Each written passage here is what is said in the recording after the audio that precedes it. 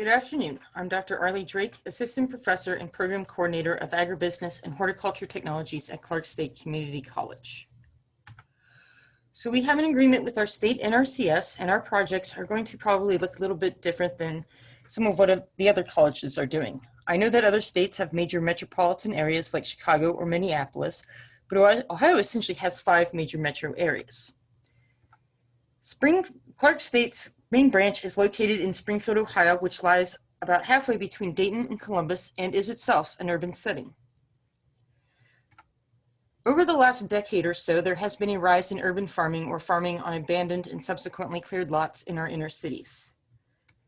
In the conversations that we had with our state and local NRCS representatives, which I would like to mention that they have been fantastic to work with, they had some interest in urban farming and some other issues that aren't quite what we think of when we think of traditional agriculture.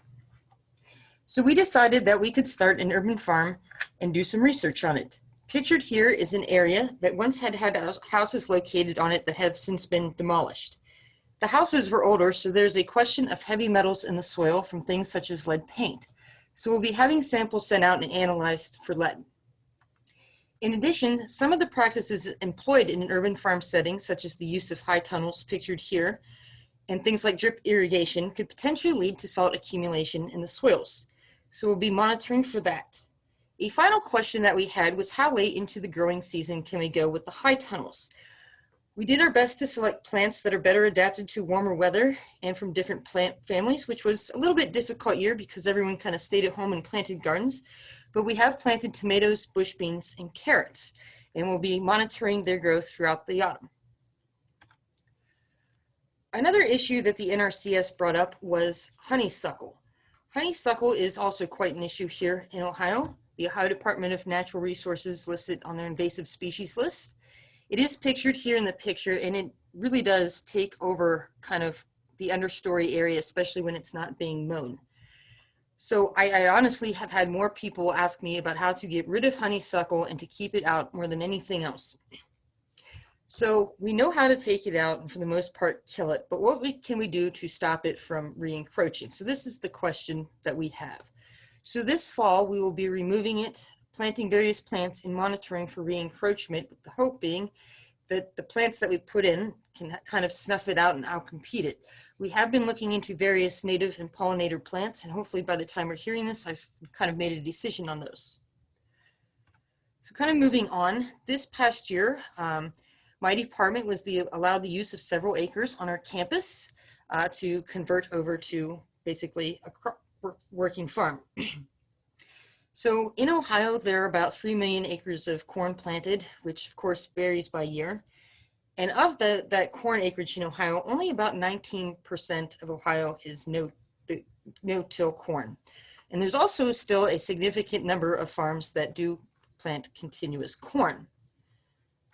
So as part of SARE, what we wanted to look at were things like soil compaction, weed pressure, and water quality. So we did till an acre and plant cover crops last year as part of our SARE work. However, we were a little late getting them in the ground, and the cover crops were basically winter killed. So for that reason, and kind of a cold, rainy spring, this year we planted 100-day dent corn, which will be out of the ground soon. And we were able to collect some baseline soil data, such as compaction, weed pressure, which there was quite a lot of in the field since it was newly tilled. And we're going to start looking at water quality kind of indirectly via soil erosion.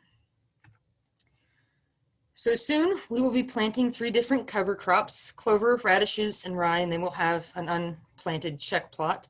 And from there we will continue to take measurements to see if there's any impact on next year's corn yield and soil health. For measurements, we will measure soil penetration and moisture, continue monitoring weed cover, species, percentage cover, and measuring soil erosion from the individual plots as a proxy for water quality.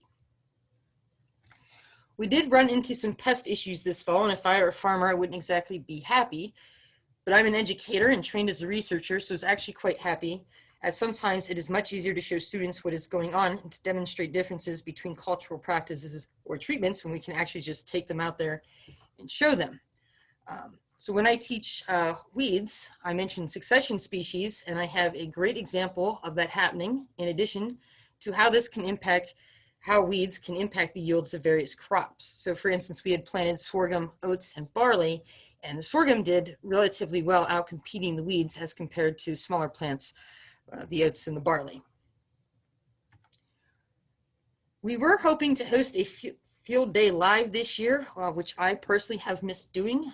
So this year will be quite different for me, as I won't be talking about turf, and we'll be doing it virtually due to kind of the restrictions on gatherings.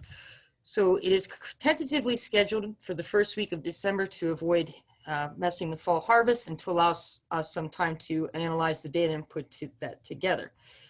Beyond that, we have been working on curriculum and program updates and hope to, in short order, have a plan to propose kind of the changes we'd like to make to our advisory committee.